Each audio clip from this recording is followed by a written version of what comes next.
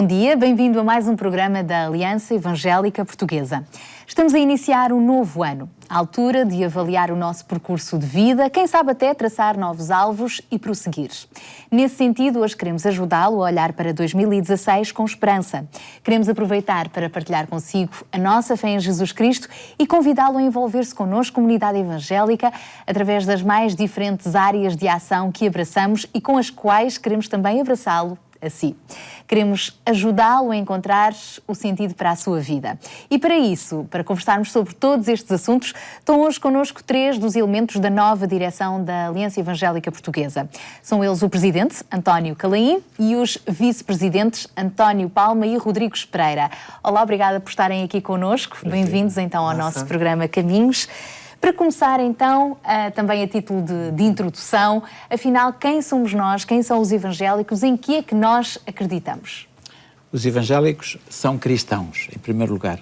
São pessoas que seguem o Evangelho, a Boa Nova de Jesus Cristo, e tentando vivê-la de uma forma simples e bastante prática, no meio em que vivemos, seja na nossa aldeia, vila, cidade, no nosso trabalho, na nossa escola.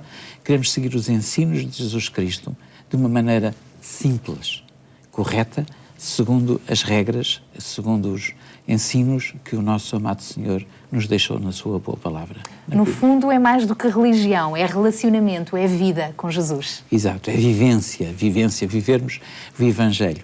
Em primeiro lugar, amarmos o nosso próximo, não é? Porque este é o grande mandamento, de sermos conhecidos como pessoas que amam o próximo, e temos muito ensino sobre isso, e expressando, seja na nossa vida privada, na nossa família, no nosso emprego, mais uma vez, e na sociedade em que vivemos. Queremos ser testemunhas de que ainda hoje, mesmo num mundo difícil, complicado e a dizer mau, possamos ser sal e luz, sermos pessoas que têm um modelo de vida que é a pessoa de Jesus Cristo, com a sua simplicidade, mas com o seu radicalismo, não no sentido fanático que há por aí, mas no seu sentido radical, absoluto. Comprometidos verdade, com Deus, não é? Amar a Deus com todo o nosso coração e amarmos o nosso próximo como a nós mesmos. Digamos que acaba por ser também a orientação que Jesus nos deixa na sua palavra para a nossa vida. Por falar na palavra de Deus, é a Bíblia também, o nosso livro por excelência. Porquê? Porque é que a Bíblia acaba por ser até mais do que um manual de vida, acaba por ser o livro que nós encaramos como a carta de Deus para nós. Sem dúvida, a Bíblia sem dúvida, o livro que revela a pessoa de Deus para a nossa vida. É interessante ver, nós herdamos da própria Reforma a visão de sola Escritura, ou somente a Escritura, que é a nossa única regra de fé e prática, mas é interessante pensar que Deus, no seu amor, quis revelar quem Ele é, quis se revelar ao homem, quis trazer o seu coração para cada um de nós e ajudar-nos a vivermos diariamente debaixo da sua orientação, percebendo quem Ele é e o seu desejo de cuidar de nós, de nos amarmos e trazer esse amor a toda a humanidade. E olhar para isso através da Bíblia, nós vemos isso ao longo de toda a Bíblia, é algo que nos entusiasma porque não estamos somente a falar de regras para o dia-a-dia, mas a revelação do próprio coração de Deus, onde existem alguns princípios de vida básicos, mas que nos ajudam a viver debaixo desse amor e que nos ajudam a viver de forma equilibrada perante toda a sociedade. Então, é interessantíssimo e é algo que nos toca imenso perceber que Deus, o Criador de todas as coisas, quis manter esta relação connosco e revela-se a nós através da Bíblia. A Bíblia, que foi escrita já há muito tempo, aliás, ao longo de um vasto período de tempo, ela não perdeu a atualidade. Como é que ela também se traduz em vida para cada um de nós? De forma alguma. Nós continuamos a ver os princípios, especialmente, que nos são trazidos, o princípio do respeito, até o princípio e a revelação de um Deus que ama o seu Filho e que o trata com todo o cuidado, o princípio de respeito pela humanidade, do cuidado que nós podemos e devemos ter uns para com os outros, para com toda a gente, o simples facto de nos ajudar a perceber que nós podemos ajudar-nos uns aos outros, cuidar uns dos outros, continua a ser algo atual, e eu acredito que esses princípios vividos no meio da sociedade trarão seguramente uma sociedade mais justa, mais correta, uma sociedade que busca muito mais o cuidado do próximo do que o seu próprio interesse egoísta, e onde todos serão satisfeitos neste sentido, porque quando nós nos preocupamos em cumprir os princípios de cuidar uns dos outros, todos vão receber esse cuidado, que é aquilo que Deus também deseja dispensar a todos. No fundo, a Bíblia acaba por ser também o livro através do qual Deus se revela, nós percebemos quem somos, porque aqui estamos e para onde vamos, não é? Percebemos a nossa identidade e o plano de Deus para as nossas vidas. Plano esse que passa por esperança, muita esperança, apesar das dificuldades do mundo em que nós vivemos, não é? Pastor Rodrigues Pereira, há quem diga até que a palavra esperança é de facto bonita, grandiosa, mas está a cair em desuso. Porquê é que nós continuamos ainda assim a sorrir com esperança? Assim, a esperança é algo que tem a ver com a nossa expectativa do futuro. Todas as pessoas têm que ter uma expectativa do futuro e têm que sentir no coração aquilo que realmente um dia elas sonham. E essa esperança é que às vezes as motiva a levar a vida. É a mesma coisa, nós hoje temos esse conceito de uma maneira muito prática, a esperança média de vida, não é? Ou seja, é a esperança que as pessoas não sabem se vão chegar lá, mas é uma esperança média, estatística, não é? Em que as pessoas podem ir até, não é? Então as pessoas hoje têm vivido isso um pouco e, claro, o nosso país foi um país que neste momento teve algumas coisas que passaram difíceis e é normal a esperança dos portugueses estarem meio abalada. Mas nós temos que ter esperança e temos que ter confiança no futuro, temos que confiar que algo vai acontecer de bom, temos que ter uma confiança nova, porque isso motiva-nos. E qual é a razão dessa esperança? A razão tem que ser mesmo baseada em algo que vem do coração, vem do interior, algo que tem a ver com a nossa expectativa, não apenas nas pessoas ou nas coisas, e por isso é que há tanta gente desanimada e frustrada e triste, porque colocaram esperança onde não deviam ter colocado esperança. E a questão está nisso mesmo, está nas expectativas. E as pessoas têm colocado em qualquer coisa expectativas. Mas quando elas colocam a expectativa no lugar certo, que é a expectativa de confiar que realmente Deus olha por elas, cuida delas, e elas podem confiar que Deus é fiel, que as pode ajudar, essa esperança nunca vai ser frustrada. Uma esperança que muda tudo, num Deus que tudo pode, num Deus que venceu a própria morte, num Deus que vive e vive para sempre, com quem nos podemos relacionar, não é? E, no fundo, cada um de nós poderá ter a sua própria história para contar. No caso do Rodrigues Pereira, que transformação foi essa que Jesus fez na sua vida? Assim, a maior transformação que Deus fez na minha vida foi mesmo algo interior. Eu era uma pessoa que tinha muitas expectativas de muitas coisas, muitos sonhos. Se calhar até era aquilo que é generalizado dizer uma pessoa cheia de ideias, um idiota, não é? Digamos assim. E é bom ter ideias, é bom ter sonhos. Eu tinha muitas ideias Sim. e isso tudo. Só que a verdade é que a maioria das minhas ideias nunca conseguiam passar daquilo que eram apenas ideias para a realidade. Não aconteciam. E eu, quando entendi realmente qual era o meu propósito de vida, digamos assim, aí tudo mudou e Deus encheu o meu coração e mudou-me do interior para fora. E aí então essas ideias que eu tinha se tornaram realidade porque eu entendi o meu propósito. Lembro-me na altura que isso aconteceu numa fase em que eu estava na universidade. Eu sou de Castelo Branco, né? E quando vim para Lisboa foi um momento muito difícil para mim, porque nós que somos da aldeia, digamos assim, para os lisboetas, foi uma fase bem difícil porque adaptar a uma grande cidade não é fácil. E mais, tinha perdido os meus amigos todos, tinha perdido a minha infância, tudo aquilo que tinha construído tantos anos. E agora tinha que reconstruir tudo. Eu lembro-me que nessa fase também comecei a procurar, porque não me sentia satisfeito, sentia-me insatisfeito interiormente. E comecei a procurar em Deus. Havia um grande vazio. E eu não sabia explicá-lo, porque não havia nenhuma razão para isso acontecer. Mas quando comecei a ler a Bíblia, comecei a entender as coisas, conheci, digamos assim, como alguém diz que conhece a Deus, não é? Comecei a entender o porquê de algumas coisas na vida. Aí começou-me a motivar e aí mudou muito o meu coração. E então lembro-me, eu na altura estava a tirar gestão desportiva na Faculdade de Universidade Humana e eu tinha reprovado 2 anos consecutivos na universidade. E foi nessa altura que houve esse desejo de procurar e encontrei mesmo, digamos, um propósito pelo qual estava ali e que tinha abandonado as outras coisas. E a partir daquela data, nunca mais me esqueço, foi uma noite em que tive a coragem, que às vezes nós temos dificuldade em fazer estas coisas, mas tive a coragem de fazer uma oração e perguntar: olha Deus, tu existes mesmo, então eu quero que haja a realidade disso. Então disse-lhe: olha, eu quero que tu me mostres que és real. Então eu vou fazer um pedido que só vai ficar entre mim e ti, não vou contar mais ninguém. Eu lembro-me que pedi-lhe 4 coisas que tinham a ver com algo de realização profissional e em 7 anos Deus cumpriu-me todas essas coisas. Uma delas, eu tinha o desejo de lecionar na universidade, nessa mesma universidade onde eu tinha reprovado 2 anos, e eu fiquei a lecionar na universidade. E pronto, Deus remontou a minha vida de uma maneira que hoje eu não tenho dúvidas de Deus, não é? Porque uma coisa é as pessoas falarem-nos de Deus, outra coisa é a gente fazer uma oração e Deus se revelar a nós.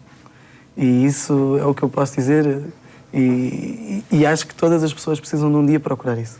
Todos precisamos, sem dúvida, de preencher esse vazio que só tem o tamanho de Deus. Nada mais ninguém pode preencher. O Rodrigues Pereira é também autor do livro 12 Dias para Vencer. Nós já tivemos a oportunidade, o ano passado, de dar a conhecer esse livro aqui também num dos nossos programas.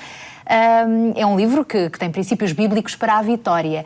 Isto porquê? De facto, em Cristo nós somos mais do que vencedores. Mas o que é que isso quer dizer? Olha, Sara, tem muito a ver com a atitude de cada um na vida, não é? Mas quer dizer que nunca temos problemas? Não, não quer dizer isso, pelo contrário. Quer dizer que nós transformamos os problemas em desafios. Quer dizer que nós os enfrentamos com outra atitude. Não os deixamos ter, mas vimos-os como desafio em que a gente os pode vencer. E com uma boa dose de fé. Boa dose de fé, não é? Então, mesmo para este novo ano, não é? As pessoas, se elas querem realmente ter uma vida vitoriosa, querem ver esses, digamos, esses problemas, as situações que estão a viver na vida, querem vê-los a mudarem, elas precisam primeiro ter uma atitude em relação ao ano anterior. As coisas que lhes aconteceram, que passaram, difíceis, porque toda a gente passa situações difíceis, elas têm que, digamos, mudar a sua atitude perante elas e, em vez de ficarem amarguradas com elas, entenderem-nas e terem uma postura nova para a vida. E pensarem: olha, passou-se, aprendi com ela, foi uma experiência, mas agora tenho que ter uma nova atitude para o futuro. E, para além disso, elas precisam de pôr em prática os seus sonhos. Não é? Muita gente era como eu, não é? Nunca tirava uma ideia apenas da cabeça para o papel e para a realização dela. Temos que tentar as coisas. Temos que arriscar nos nossos sonhos. Só temos uma oportunidade de vida, vamos tentar aproveitá-la aqui. E aí, também, quando colocarem em prática esses sonhos, pelo menos tenham coragem de fazer foco nisso. Foquem-se. Às vezes algumas pessoas se dispersam naquilo que querem realizar. Começam algo e nunca acabam. E Deus ensina isso. Eu, na Bíblia, aprendi isso, né? Que Jesus ensina sobre isso.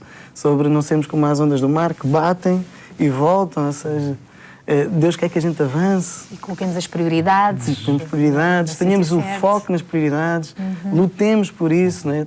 Muitas pessoas ficam à espera que Deus faça alguma coisa apenas. Mas Deus está a zelar por nós. Mas nós também temos que ter uma atitude aqui. E Deus diz: esforça-te e tem bom ânimo, tem coragem.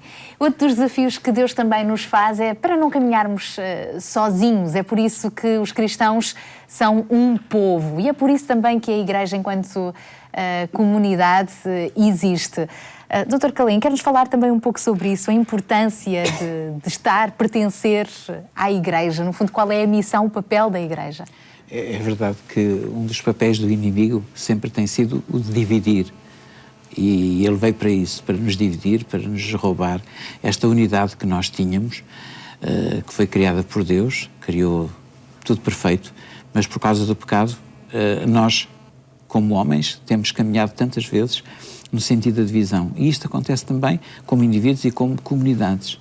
Por isso a Aliança tem aqui uma grande função, um grande mistério de unir para agir. Ou seja, queremos congregar o povo evangélico, os cristãos, que vivem, que leem a Bíblia, que querem seguir os seus ensinos, a poderem pôr de lado, de algum modo, não em tanta relevância, as suas diferenças que são secundárias, mas a unirem-se naquilo que é verdade, naquilo que é a pessoa de Cristo, que é o caminho, que é a vida, e talvez até possamos ter necessidade de passar por tempos em que tenhamos de confessar os nossos erros, as nossas fraquezas, aquelas vezes em que, por causa do nosso ego, nos dividimos uns dos outros e queremos pedir perdão a Deus, podemos pedir a sua ajuda para, neste novo ano,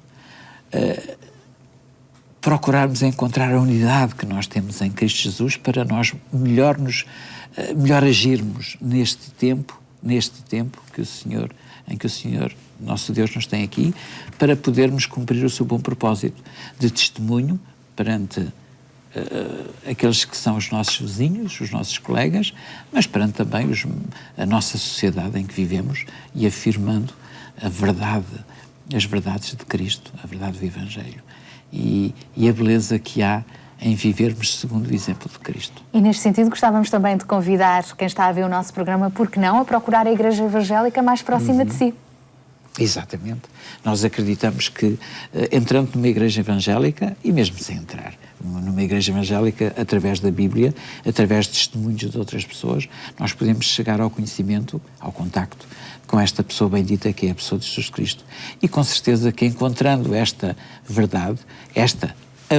encontrando a verdade, nós vamos querer com certeza estar em comunhão com outras pessoas que têm estes mesmos princípios, esta mesma vivência, e assim juntos poderemos louvar a Deus, bendizê-lo, cantar lindas canções, estudar a Bíblia juntos, ajudarmos-nos mutuamente, uns com os outros, encorajarmos-nos. É verdade. Sem dúvida.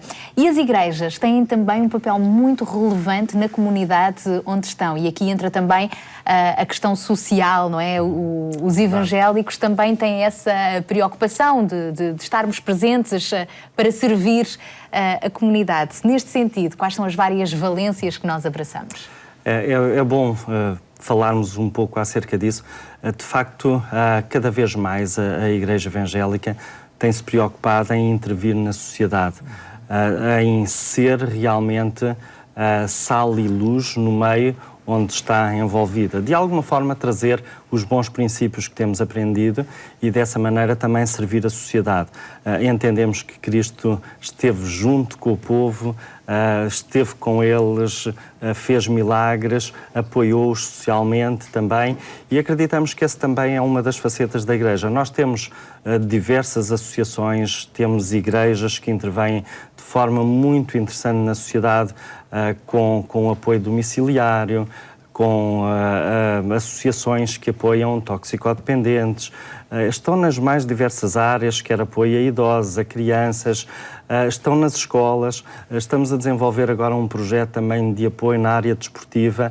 Então, nas mais diversas áreas da sociedade, temos músicos, quase todas as bandas têm um músico evangélico que vive segundo os valores cristãos e é interessante ver que nós devemos estar na sociedade e de alguma forma viver esses valores e trazer um pouco daquilo que é o amor de Cristo à sociedade, vivendo isso, criando relacionamentos.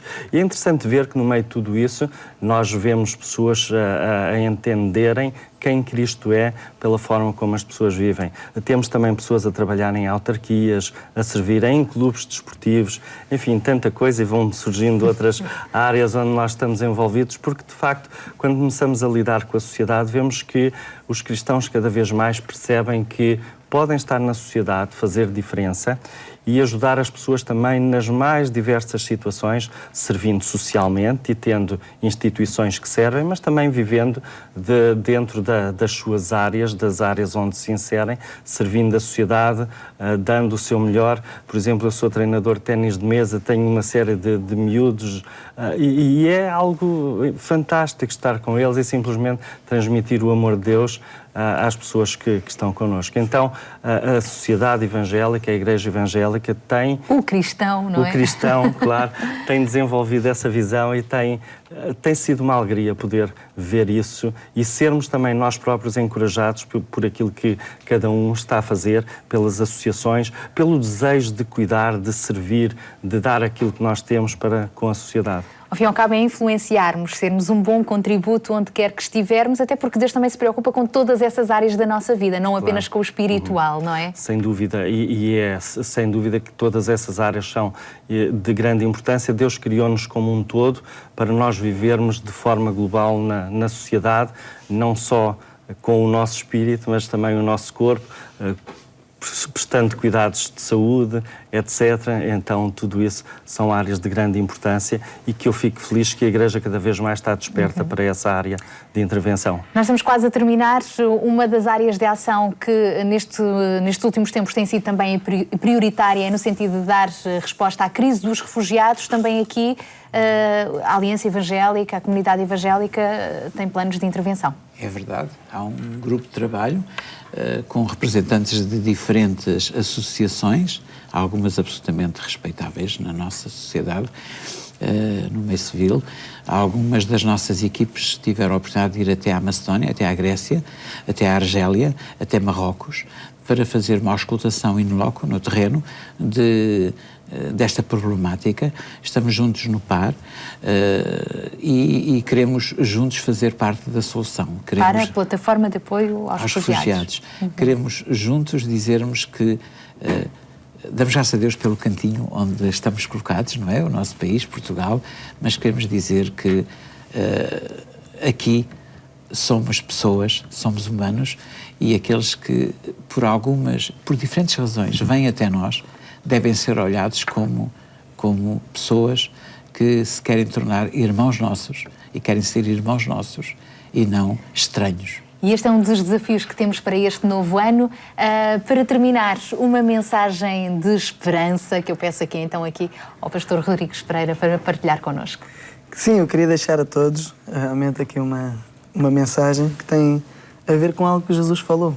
Isto que está aqui são pequenos grãos de mostarda, e certa vez Jesus usou este grão de mostarda para explicar um princípio que tinha a ver com a vida e com a maneira como é que as pessoas deveriam ter uma atitude diante da vida.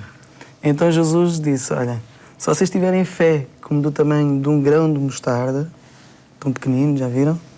Se tiverem fé desse tamanho, vocês poderão dizer a um monte para sair esse monte desse lugar e ir para outro. Ou seja, o que Jesus estava a querer dizer é que toda a gente tem uma pequena medida de fé, mesmo que seja muito pequena, mas que a questão está em usá-la. E há muitas pessoas que nunca usaram a sua fé. E que, ao não usarem a fé, elas não sabem e não veem a realização dela. Ou então dizem, minha fé é tão pequenina. E esse é o problema. Eu sou tão pequenino. Agora a questão está, imagina, nós temos um grão de mostarda. Temos uma pequena fé. A pessoa até pode dizer isso, eu tenho uma pequena fé. Tudo bem, a pessoa pode ter uma pequena fé. Mas a questão não está em ter pequena fé. Está em agarrar nessa pequena fé e pô-la em prática. Porque se eu agarrar nesta semente de grão de mostarda e a colocar na minha mão apenas uma, ela já desapareceu. E é porquê? Porque eu já não a encontro. Mas ela é muito pequena mesmo. Mas se ela for semeada, o que acontece é que que é um grão, que é um dos grãos mais pequenos de semente, ela transforma-se numa grande árvore. E aí também devia ser a nossa atitude na vida. Nós devíamos agarrar na pequena fé que a gente tem, mas semeá-la. Ou seja, pô-la em prática, pô-la ativa. É isso que as pessoas deviam fazer. E eu queria deixar esta última mensagem para as pessoas, que assim tenham coragem de semear os seus sonhos, de semear o que querem fazer, de semear as suas realizações, não terem medo, avançarem. Deus quer realmente essa atitude do nosso coração. A Bíblia diz que o que agrada a Deus é a nossa fé. Então vamos agradar a Deus. Vamos pôr os nossos sonhos, projetos, as coisas que estão dentro do nosso coração, tirá-los cá para fora, pô-los em prática, semeá-los e esperar a colheita. É isso mesmo. Obrigada por terem estado hoje aqui à conversa connosco. De facto, começar o ano decidido a descobrir o propósito de Deus para a sua vida e a disponibilizar-se para ajudar o próximo, nem que seja através de um pequeno grão de fé em Jesus, é sem dúvida um grande passo. Depois, claro, é deixar que essa fé em Jesus dê frutos na sua vida, acredite no potencial que Ele colocou em si e prossiga. Com Cristo, temos essa esperança.